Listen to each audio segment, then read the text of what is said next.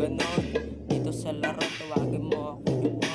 Kung mautak ka, mas mautak ako. Isang banatan lang sa akin naman ay 10. Kaya wag magtaka kung mataboy kita. Sa aking pagkinang ay magiging saksi ka. Tiwala sa sarili ang palagi kong ganda. Respeto at pakikisama kahit saan mapunta. Kaya wag magtaka kung mataboy kita. Sa aking pagkinang ay magiging saksi ka. Ba na ako ngayon kumpara mo sa noon. Di tayo parehas kasi dito patapon. Lahat sila ay lamon nung ako ay nagkamot.